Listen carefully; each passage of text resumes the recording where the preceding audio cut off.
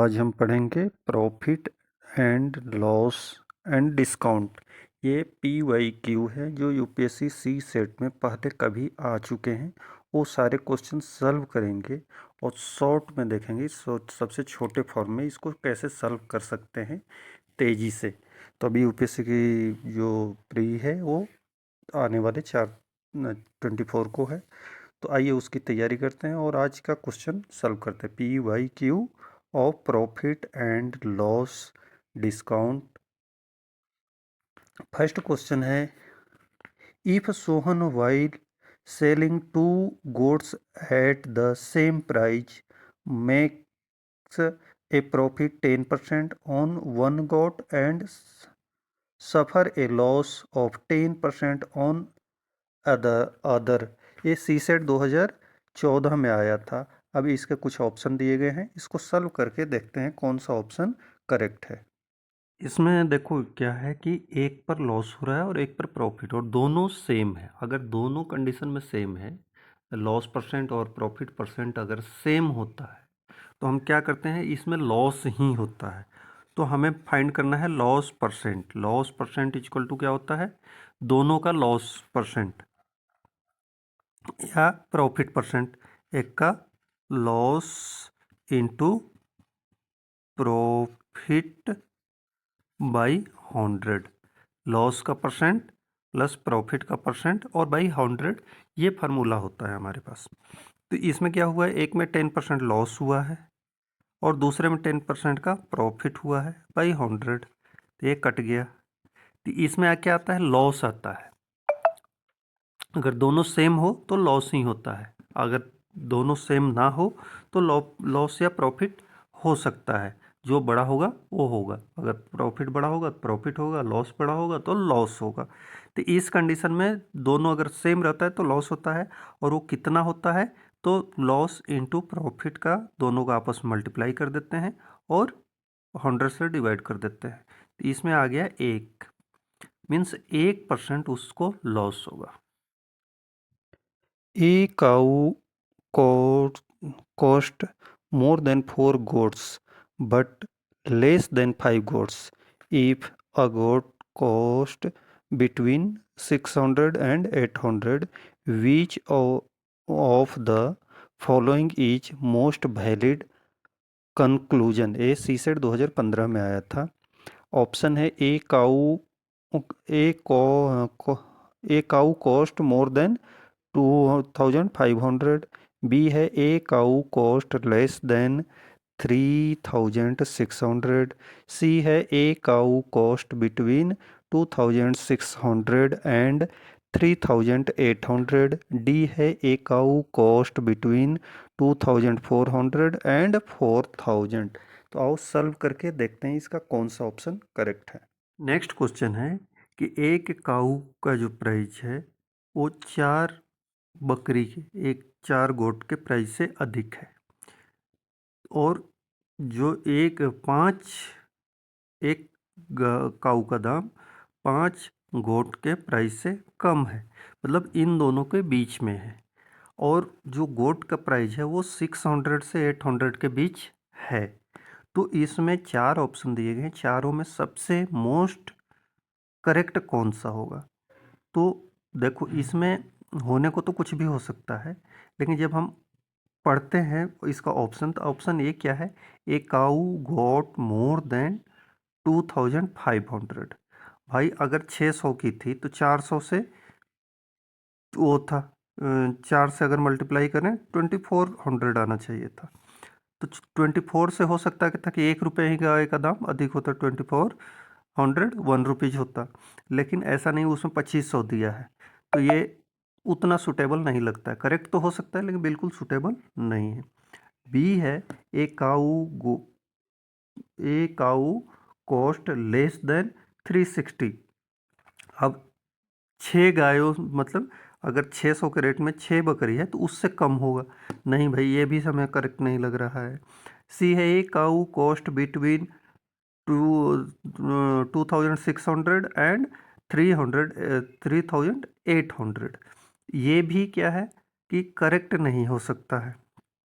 अब D number पे क्या है a cow cost between 2400 and 4000। हाँ, अब ये हो सकता है कि अगर 4 गाय का है, मिनिमम कॉस्ट अगर जोड़े तो टू इतना होता है, और 5 गायों का मैक्सिमम कॉस्ट अगर ले ले तो 8×5 = 40, 4000 रुपया होता है। तो एक गाय का दाम इतना से इतना के बीच में कुछ भी हो सकता है। ये करेक्ट ऑप्शन है और इसी को हम चूज करेंगे। A person allow A 10% discount for each payment from the marked price of a toy, and still he makes a 10% gain. What is the cost price of the toy which is marked by 770? उस पर mark था 770 रुपया, 10% उस पर discount भी देना है और 10 रुपये गेन भी करना है, तो उसका कॉस्ट प्राइस हमें फाइंड करना है।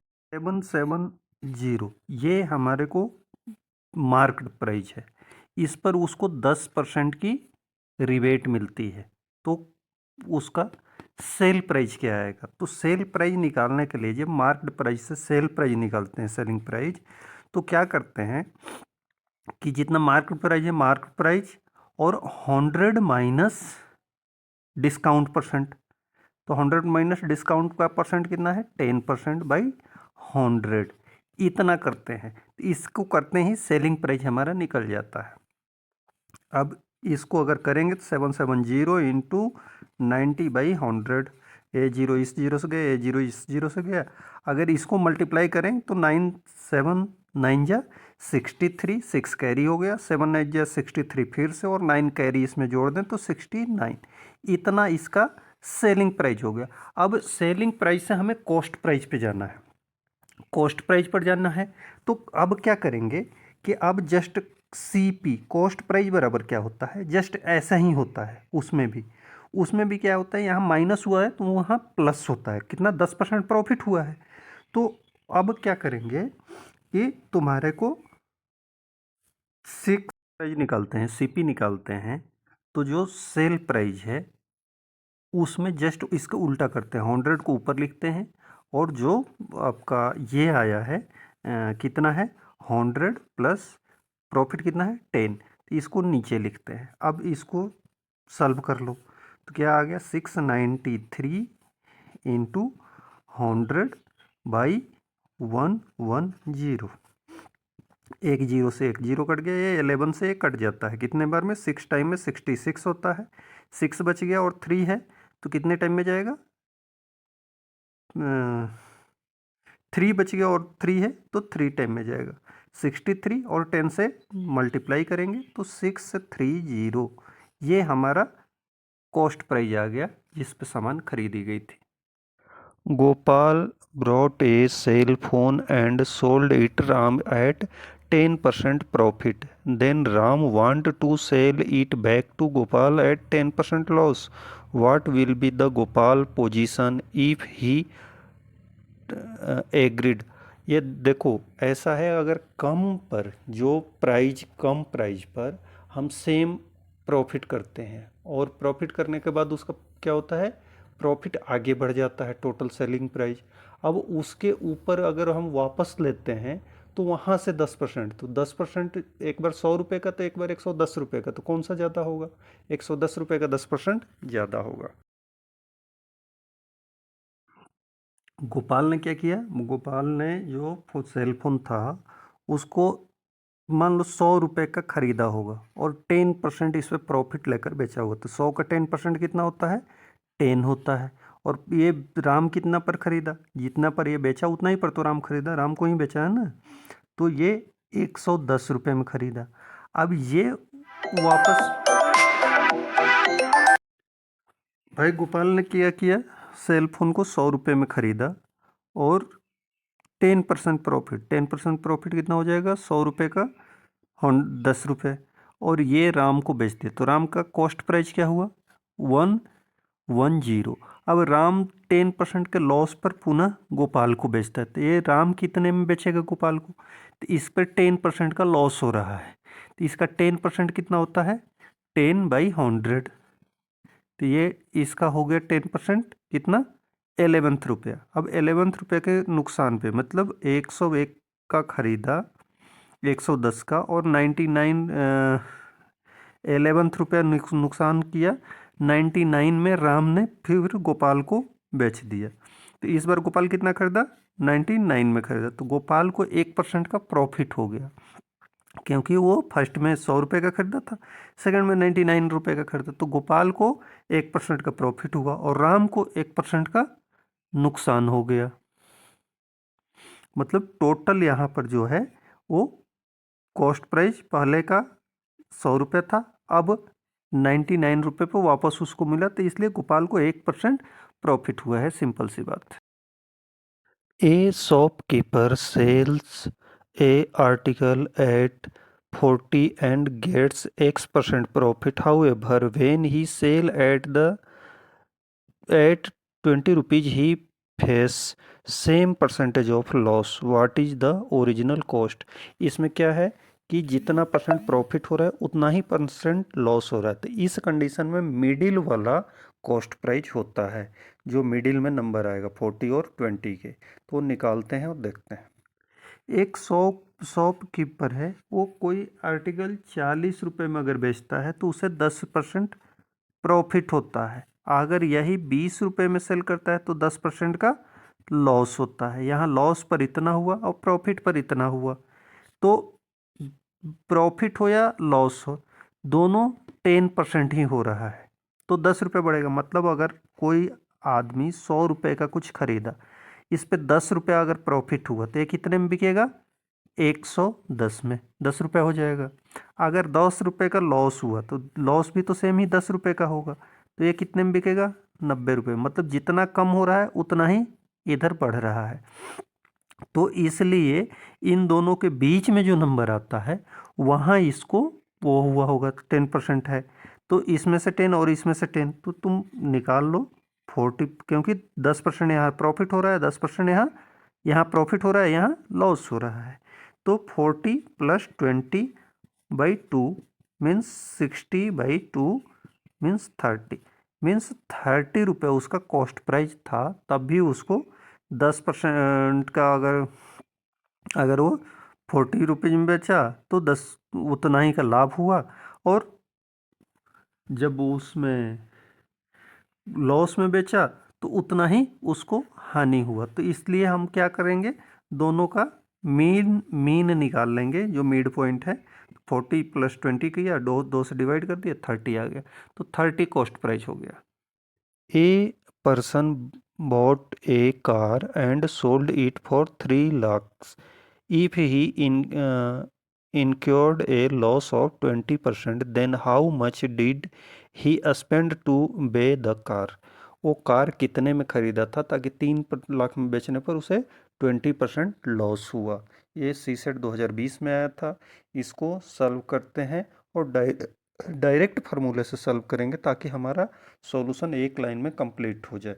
तो आओ देखते हैं कैसे इसको सॉल्व करते हैं, कौन सा ऑप्शन करेक्ट है। जब आपको दिया हुआ है क्या, सेल प्राइस आपको दिया हुआ है और कॉस्ट प्राइस निकालना है, तो क्या होता है इसका formula? Sale price into 100 by 100 minus loss हुआ है तो -20 करेंगे। अगर प्रॉफिट हुआ होता तो प्लस करते। तो कितना परसेंट? 20% हुआ है, 20%, मतलब ये 20 ही रह जाएगा, परसेंट का साइन नहीं देंगे। अब ये इसको सॉल्व कर लो, तो यहाँ आ गया तुम्हारा 3 लाख, ठीक, इंटू 100 बाई ये 100 में से 80 हो गया। अब आपको एक जीरो से एक जीरो कट गया, और ये 5 हो गया, और ये 4 हो गया। 4 से ये कटता है कितने बार में? 300 कटता है 75 बार में, और 1 2 3 टाइम्स 0 आ जाएंगे। अब 5 से इसको मल्टीप्लाई करोगे तो आ जाएगा तुम्हारा 3,75,000। तो ये उस कार की कॉस्ट प्राइस होगी, इतना में कार खरीदा था, ठीक। If the price of an article is decreased by 20% and then the new price is increased by 25%, then what is the net change in the price? ये CSET 2021 में आया था। इसको सॉल्व करते हैं और देखते हैं क्या होता है। 7 नंबर क्वेश्चन जो है उसमें एक बार 20% डिक्रीज हो रहा है और फिर 25% बढ़ रहा है। अब मान लो कि किसी चीज़ का 100 रुपीज़ प्राइस है, तो 100 का 25% कितना होता है? 25/100, तो 20% है ना, तो 20 यहाँ कर दो, तो 20 कर देंगे तो आ गया 20। तो मतलब अब उसका सेल प्राइस हो गया 80, 80 बच गया, क्योंकि ये 100 में से माइनस कर लो, 100 माइनस 20 = 80। अब उसका जब वो डिक्रीज हुआ था उसके बाद इसकी प्राइस कितनी हो गई? 80 रुपीज़। अब 80 में 25% इंक्रीज हो रहा है, तो इसको 25% कितना होता है? 25% परसेंट के लिए नीचे 100 से वो करते हैं, ये मिटा देते हैं, ये 4 और ये 5, 5 से 5 टाइम में, तो 20 रुपीज़। अब ये 20 रुपीज़ बढ़ गया, तो 80 + 20 कर दो, तो फिर से आ गया 100। मतलब नो इंक्रीज और डिक्रीज, अगर डिक्रीज हुआ 20% और 25% इंक्रीज हुआ तो कोई डिफरेंस नहीं हुआ, सेम के सेम प्राइस रह गए, कोई डिफरेंस नहीं हुआ।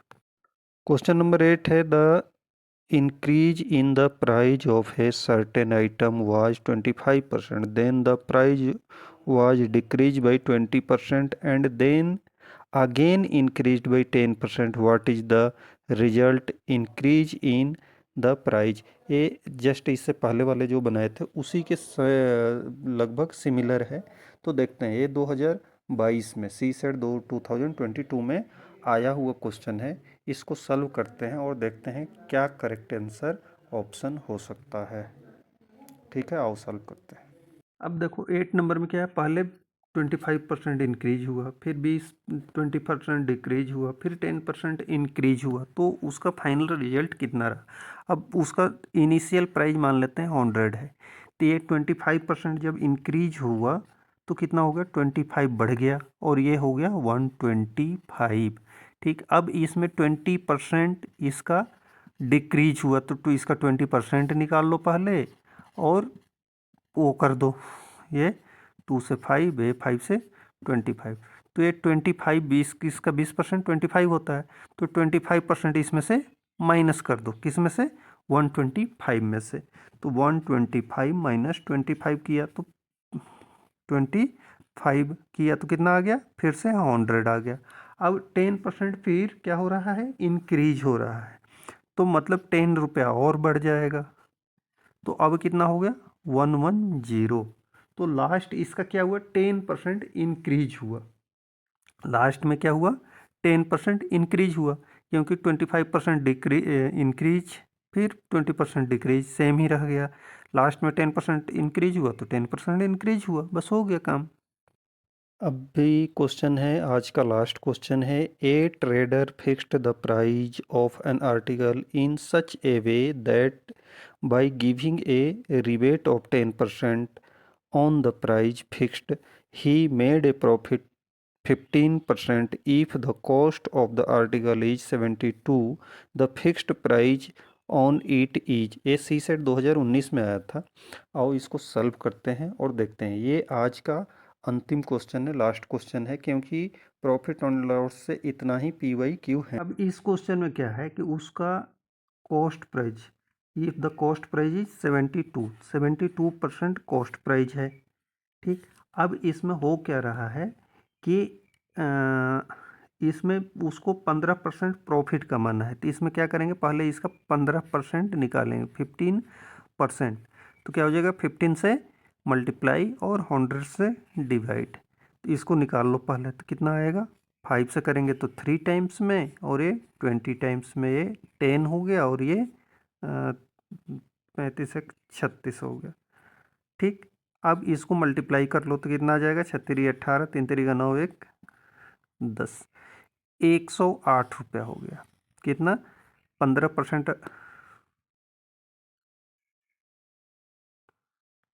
नहीं, गलत हो गया। कैसे हो गया ये? 2010।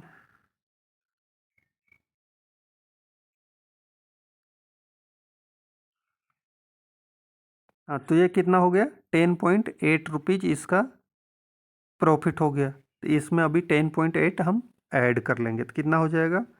72 प्लस 10.8 कितना हो गया? 82.8 रुपीज। अब ये इसका सेलिंग प्राइस हो गया। इस पर उसको रिबेट देना है। कितना रिबेट देना है? रिबेट देना है उसको 10% का। तो 10% रिबेट देने के लिए वो क्या करेगा? इसके दाम में कैसे निकालेगा? तो इसके लिए क्या होता है? मार्क प्राइस इक्वल टू क्या हो जाएगा? मार्क प्राइस निकालने के लिए क्या होगा? एमपी इक्वल टू जो सेल प्राइस है वो into 100 by 100 minus discount. Discount कितना है? 10। तो 10 कर दिया हमने। तो अब इसको सॉल्व करेंगे तो कितना आ जाएगा? 82.8 इंटू 100 बाई 90। 90 से कट जाता है। अब ये 9 के टेबल में आता है। कितना? 9 9 जा 81। 9 टाइम में बच गया 1 और 8, तो 2 टाइम में गया तो 0.2 हो गया। 9.2। अब 10 से मल्टीप्लाई करेंगे तो कितना हो जाएगा? 92। तो 92 रुपया अगर वो मार्क प्राइस रखता है तब उसको 82 रुपये में सेल करेगा और 10% का प्रॉफिट होगा। तो हमारा फाइनल आंसर क्या आया? 92 रुपीज़।